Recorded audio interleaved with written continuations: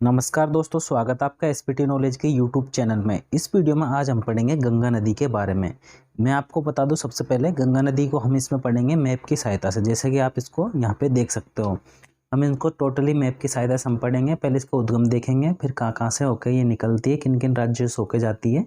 इस प्रकार हम इसको मैप में देखेंगे। गंगा नदी को बहुत अच्छी तरीके से आपको समझ में आएगी। फिर इस देखेंगे हम इसकी सहायक नदियाँ, कौन कौन सी सहायक नदियाँ कहाँ से निकलती है, किस राज्य से निकलती है, किस जगह आकर मिलती है, गंगा नदी किनारे कौन कौन से शहर पड़ते हैं, ये सब हम इसमें देखेंगे। इसके अलावा हम देखेंगे कि गंगा नदी के ऊपर कौन कौन से प्रयाग बनते हैं। 5 प्रयाग बनते हैं टोटल, तो ये हम देखेंगे। फिर इसके बाद में हम पढ़ेंगे थ्योरी के बारे में। थ्योरी पढ़ेंगे, फिर इनको मैप में देखेंगे, फिर थ्योरी पढ़ेंगे, फिर इनकी सहायक नदियों के बारे में पढ़ेंगे, फिर इनको मैप में एक एक करके मैं आपको समझा देता हूँ, जिससे आपको ये गंगा नदी बड़े आसानी से समझ में आ जाएगी। तो हेलो दोस्तों, स्वागत है आपका आपके अपने यूट्यूब चैनल में। दोस्तों, अगर आप चैनल पर पहली बार आए हैं तो प्लीज़ चैनल को सब्सक्राइब करें और बेल आइकन प्रेस कर लें, ताकि नेक्स्ट आने वाली वीडियो सबसे पहले आपके पास पहुंच सके। तो सबसे पहले शुरू करते हैं गंगा नदी। तो गंगा नदी का उद्गम आपको पता होगा कि गंगा नदी का उद्गम जो कि होता है वो गंगा के रूप में नहीं होता है। तो गंगा नदी शुरुआत में 2 धाराओं के रूप में निकलती है। एक धारा का नाम है भागीरथी और एक धारा का नाम है अलकनंदा। ये दोनों धाराएं एक जगह आकर मिलती है, देवप्रयाग नामक स्थान पर। यहाँ पर एक मिलती है, इसके बाद में गंगा कहलाती है। तो गंगा शुरुआत में 2 धाराओं के रूप में निकलती है, एक तो भागीरथी और एक अलकनंदा। अब हम इनको देखते हैं कि धारा किधर होकर आती है और कहाँ पे इनके अंदर कौन कौन सी नदी आती है और कौन कौन से प्रयाग बनाती है। तो एक एक करके उसको देख लेते हैं। सबसे पहले बात करते हैं भागीरथी। भागीरथी निकलती है गंगोत्री हिमानी से, यहाँ से निकलती है भागीरथी और ये चल के आगे आ जाती है इस जगह। यहाँ पे इसको छोड़ देते हैं देवप्रयाग नामक स्थान पर, यहाँ पर इसको छोड़ देते हैं। आगे बात करते हैं अलकनंदा नदी की। ये इंपॉर्टेंट नदी है क्योंकि ये देवप्रयाग है। जितने भी यहाँ पे प्रयाग बन रहे हैं इसके ऊपर ये एग्जाम में पूछे जाते हैं। तो आपको एक एक करके इनको आराम से ध्यान में रखना है। जैसे मैं समझाऊँ ऐसा आपको याद रखना है, आराम से आपको याद होगा। जैसे कि अलकनंदा नदी यहाँ से निकल के आती है, थोड़ी आगे चलने के बाद इसके अंदर एक धारा होकर आके मिलती है। एक धारा आके मिलती है जिसका नाम है धौलीगंगा। और जिस जगह पर ये धौलीगंगा अलकनंदा के अंदर आके मिलती है उस जगह पर एक प्रयाग का निर्माण होता है, उसका नाम है विष्णु प्रयाग। तो 1 नंबर का प्रयाग तो कौन सा होगा? विष्णु प्रयाग। और मुख्य नदी कौन सी है? अलकनंदा। अलकनंदा मुख्य नदी अपनी चलती रहेगी। इसके अंदर छोटी छोटी धाराएं आके मिलती रहती है, मतलब थोड़ी बहुत नदियां हैं और जहाँ जहाँ पर आके मिलती है वहाँ पर प्रयाग बनते हैं। जैसे कि हमारा पहला प्रयाग बन चुका था विष्णु प्रयाग। अब आगे अलकनंदा नदी यहाँ से आगे आ गई और एक जगह पे आगे, थोड़ा आगे चलने के बाद एक और धारा आती है इसके अंदर, उसका नाम है नंदाकिनी। और ये नंदाकिनी जिस जगह पे आके मिलती है उस जगह पर एक और प्रयाग का निर्माण होता है, उसका बोला जाता है, उसका नाम है नंद प्रयाग। तो पहला प्रयाग कौन सा हो? विष्णु प्रयाग। दूसरा कौन सा हो? नंद प्रयाग। थोड़ा आगे चलने के बाद अलकनंदा नदी के अंदर एक और धारा और आके मिलती है जिसको बोला जाता है पिंडार गंगा। उसका नदी का नाम है, उस धारा का नाम है पिंडार गंगा। ये जिस जगह पर आके मिलती है तो उस जगह पर एक और प्रयाग का निर्माण होता है, उसको बोला जाता है कर्ण प्रयाग। तो आपको ध्यान रखना है। सबसे पहले मैंने आपको बताया 3 प्रयाग हो चुके हैं अब तक। कौन सा? विष्णु प्रयाग, फिर नंद प्रयाग, थर्ड हुआ कर्ण प्रयाग। कर्ण प्रयाग से निकलने के बाद अलकनंदा नदी थोड़ा आगे चलने के बाद इसके अंदर ऊपर से एक और धारा आती है जिसका नाम है मंदाकिनी। और मंदाकिनी जिस जगह पे आके मिलती है, उधर से अलकनंदा आ रही है, इधर से मंदाकिनी आती है, और जिस जगह पे आके मिलती है वहाँ पर एक और प्रयाग का निर्माण करती है, उसको बोला जाता है रुद्र प्रयाग। उसका नाम क्या है? रुद्र प्रयाग। रुद्र प्रयाग। आगे यहाँ से अलकनंदा नदी रुद्रप्रयाग से निकलती है और जिस जगह पर आके मिलती है भागीरथी नदी से, वहाँ पर एक प्रयाग का निर्माण होता है जिसको बोल जाता है, जिसका नाम है देवप्रयाग। तो यहाँ से जब ये दोनों नदी मिल जाती है, इनका संगम हो जाता है, कौन कौन से? एक तो भागीरथी और एक अलकनंदा। देवप्रयाग में आके मिलती है, तो इसके बाद में दोनों मिश्रित होकर एक नदी का रूप लेती है, एक लंबी धारा, चौड़ी धारा का रूप ले लेती है। उसी को ही बाद में आगे जाकर गंगा के नाम से जाना जाता है। तो मैंने आपको बताया कि गंगा नदी का उद्गम कहाँ से होता है। मैं आपको एक बार और बता देता हूँ। गंगा नदी का मुख्यतः उद्गम देखा जाए तो 2 धाराओं से मिलकर बना होता है देवप्रयाग में। पहले बताया, एक तो भागीरथी, दूसरी है अलकनंदा। अलकनंदा नदी ये मुख्य नदी है, ये चलती रहेगी। इसके अंदर छोटी छोटी धाराएं आके मिलेगी। उन धाराओं जहाँ भी आके मिलती है वहाँ प्रयाग का निर्माण होता है। जैसे कि पहला मैंने बताया था आपको विष्णु प्रयाग। विष्णु प्रयाग का निर्माण कैसे होता है? जब अलकनंदा नदी के अंदर धौलीगंगा आके मिलती है, ये धारा आके मिलती है, तो उस जगह पर विष्णु प्रयाग का निर्माण होता है। आगे जाके थोड़ी आगे चलने के बाद अलकनंदा नदी में फिर से एक और नदी आती है नंदाकिनी। तो नंदाकिनी नदी अलकनंदा में जिस जगह आकर मिलती है वहाँ पर एक और प्रयाग का निर्माण होता है, दूसरे नंबर का, उसको बोलते हैं नंद प्रयाग। थोड़ा आगे चलने के बाद अलकनंदा नदी के अंदर पिंडार गंगा नाम से एक और धारा आती है, और जिस जगह पे आकर ये धारा मिलती है पिंडार गंगा अलकनंदा नदी में, वहाँ पर एक और प्रयाग का निर्माण होता है, उसका नाम है कर्ण प्रयाग। तो आपको ये बात ध्यान में रखना है। अगली बात करें चौथा प्रयाग, तो चौथा प्रयाग का नाम है रुद्र प्रयाग। इसका निर्माण कैसे होता है? जब अलकनंदा नदी में, मुख्य नदी हमारी अलकनंदा ही है, अलकनंदा नदी के अंदर मंदाकिनी धारा आके मिलती है, नदी आके मिलती है, तो जिस जगह पर आके मिलती है वहाँ पर प्रयाग का निर्माण होता है, उसका क्या नाम है? रुद्र प्रयाग। आगे चलते हैं। रुद्र प्रयाग से निकलने के बाद भागीरथी नदी और अलकनंदा नदी जिस जगह पर आके मिलती है वहाँ पर एक नदी का निर्माण होता है, उसको बोला जाता है, उस एक प्रयाग का निर्माण होता है, उसका प्रयाग का नाम है देव प्रयाग। देव प्रयाग बहुत इंपॉर्टेंट है, एग्जाम में पूछा जाता है कि गंगा नदी कौन से प्रयाग से निकलने के बाद गंगा नदी कहलाती है, तो देव प्रयाग से निकलने के बाद। तो उम्मीद है दोस्तों आपको ये समझ में आया होगा। अब गंगा नदी को हम मैप से निकल लेते हैं, इसके बाद में जहाँ से निकलती है वो हम मैप में देखते हैं। जैसे कि आप इसमें देखोगे अब कि गंगा नदी गंगोत्री हिमानी से निकलती है, जहाँ से मतलब भागीरथी और अलकनंदा जिस जगह पर आके मिलती है तो वह है उत्तराखंड। उत्तराखंड से मुख्यतः नदी गंगा नदी कहलाती है, यहाँ से निकलती है। उत्तराखंड से निकलने के बाद ये नदी यूपी के अंदर प्रवेश करती है, जैसे कि आप इसको देख सकते हो। दोस्तों आपसे एक पर्सनली रिक्वेस्ट है कि आप ये नदियों को खुद मैप में एक दो बार बना लें, जिससे आपको इनको आसानी से याद रखने में, जिससे आप इनको आसानी से याद रख पाएंगे और लंबे समय तक आपको ये याद रह पाएगी। क्योंकि गंगा नदी बहुत कठिन है, इसकी सहायक नदी आएगी वो बहुत ज़्यादा है, तो आप उनको मैप में बना लेंगे एक दो बार तो आप उनको नहीं भूलेंगे। तो इसको दोबारा शुरू करते हैं। तो गंगा नदी गंगोत्री हिमानी से निकलती है, उत्तराखंड के बाद में यूपी के अंदर प्रवेश करती है। यूपी के अंदर प्रवेश करने के बाद यूपी के अंदर इसके अंदर कई सारे शहर पड़ते हैं। कौन कौन से शहर पड़ते हैं मैं आपको बता देता हूँ। जैसे कि इलाहाबाद शहर है जो भी यूपी के अंदर पड़ता है, प्रयागराज जिसको हम बोलते हैं, वहाँ पर 3 नदियों का संगम होता है। कौन कौन सी? गंगा तो इधर से आती है, यमुना आती है इधर से, यमुना नदी यहाँ से आती है, और इसके बाद में एक और आती है सरस्वती। तो प्रयागराज के अंदर इनका संगम होता है, तो यूपी के अंदर ही होता है, वो पड़ता है प्रयागराज के अंदर। तो प्रयागराज शहर कहाँ पर स्थित है? यूपी के अंदर। आगे बात करते हैं बिहार, तो बिहार के अंदर, हाँ और दोस्तों एक और बात और, गंगा नदी हरिद्वार के बाद में ही मैदानी भाग में प्रवेश करती है, उससे पहले वो पहाड़ों से होकर बहती है। तो हरिद्वार के बाद में ही वो गंगा नदी में आके प्रवेश करती है।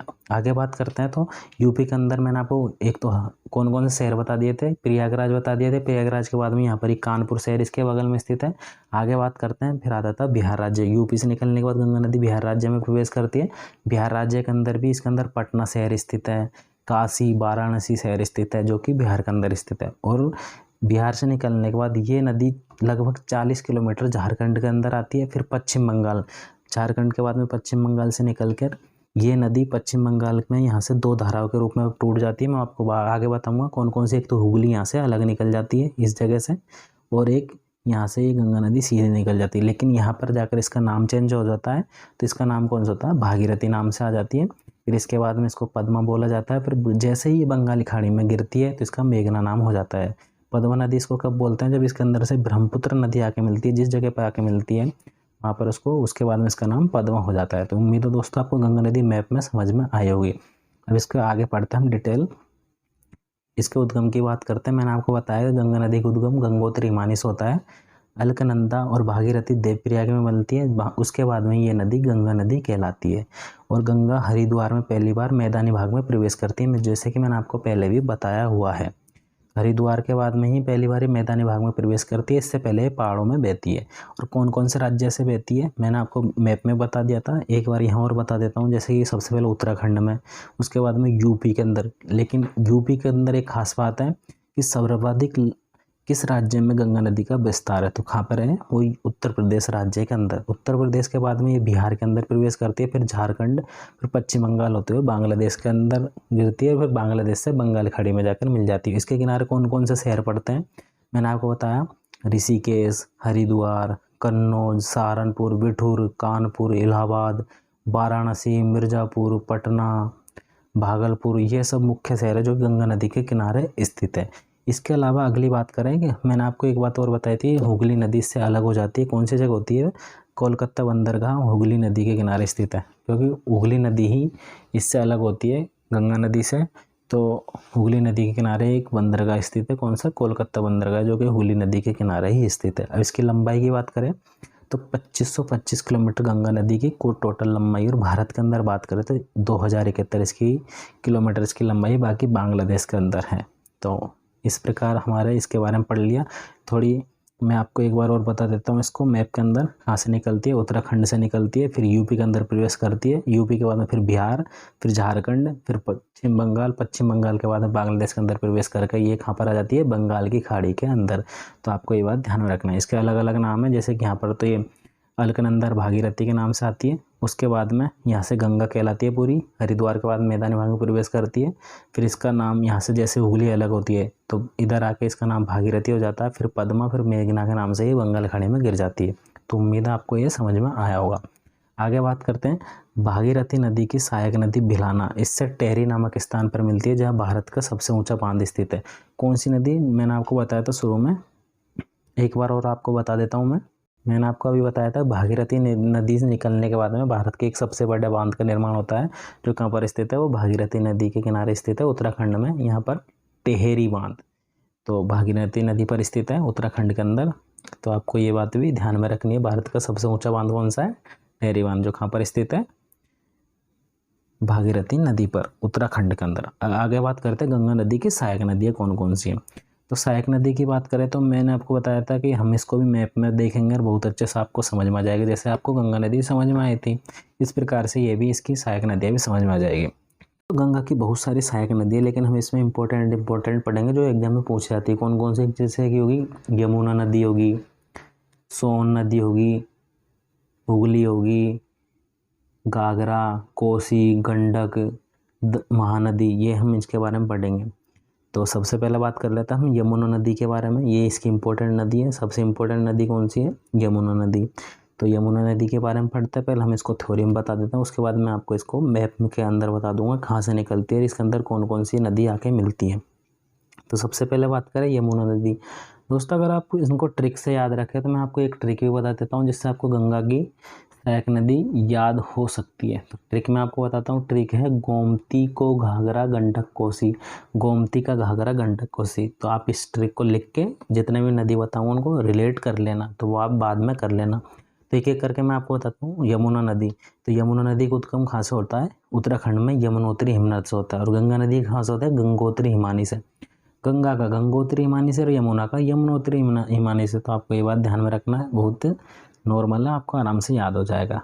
तो कहाँ से प्रवेश करती है, दिल्ली होते हुए यूपी के इलाहाबाद का नाम अब चेंज कर दिया, प्रयागराज के पास ही गंगा नदी में आके मिलती है, जिसे देवप्रयाग कहा जाता है। तो आपको ये बात ध्यान में रखना है। और गंगा की सबसे लंबी सहायक नदी कौन सी है, यमुना नदी। इस नदी के किनारे आगरा व मथुरा शहर स्थित है, मैं आपको मैप में भी बता दूंगा। आगरा, मथुरा, दिल्ली शहर तीनों मुख्य शहर है जो कि यमुना नदी के किनारे स्थित है। आगरा और मथुरा है जो उत्तर प्रदेश के अंदर स्थित है। ये सबसे ज़्यादा प्रदूषित नदी पाई जाती है, इसको बोला जाता है सबसे ज़्यादा प्रदूषित नदी है जो जैविक रूप से मृत है। और यमुना नदी के किनारे ही कौन सा एक भारत का एक अजूबा स्थित है, कौन सा, ताजमहल, जो कि आगरा के अंदर स्थित है। और यमुना के दाएं ओर की प्रमुख नदियाँ कौन सी है, चंबल, केन, बेतवा व सिंध। मैं आपको मैप में बता दूंगा कौन कौन सी ये नदी है। तब इसको हम मैप में और समझ लेते हैं एक बार, गंगा नदी की सहायक नदियाँ कौन कौन सी है। जैसे कि हमने सबसे पहले पढ़ी यमुना नदी, तो यमुना नदी आप इसमें यहाँ से देख सकते हो। यमुना नदी मैं आपको बता देता हूँ, यमुना नदी बताया था कि उत्तराखंड के यमुनोत्री हिमानी से निकलती है। इसके बाद में इसमें दिल्ली शहर यहाँ से निकलता है, और चंबल नदी जाती है जो कि इटावा के पास यहाँ पे आकर मिल जाती है। मथुरा शहर इसके किनारे पड़ता है, आगरा शहर इसके किनारे पड़ता है, यमुना नदी के किनारे। यमुना नदी ये सहायक नदी है, और इलाहाबाद के अंदर जाके ये मिल जाती है गंगा नदी के अंदर। और यहाँ पर एक त्रिवेणी संगम का निर्माण होता है, 3 नदी आकर मिलती है। कौन कौन सी, एक तो गंगा नदी तो हमारी मेन है जो इसके अंदर आती है, उसके बाद में एक यमुना नदी होगी, और तीसरी एक छोटी सी नदी आती है सरस्वती। तो इस जगह पे आकर प्रयागराज के अंदर आकर एक त्रिवेणी संगम का निर्माण होता है, जिसको त्रिवेणी संगम बोला जाता है गंगा नदी का। कौन कौन सी नदी आती है, यमुना, गंगा और सरस्वती।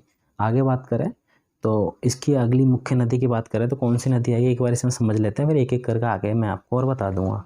अगली आती है सोन नदी। सोन नदी निकलती है एमपी से, अमरकंटक से। अमरकंटक की पहाड़ी एमपी से निकलती है, गंगा के अंदर बिहार राज्य के अंदर जाके ये मिल जाती है। इसकी बात करें अगली नदी की बात करें तो अगली नदी हम देखेंगे वो ऊपर से आती है, पूरी तिब्बत के अंदर से 3 मुख्य नदी कौन कौन सी।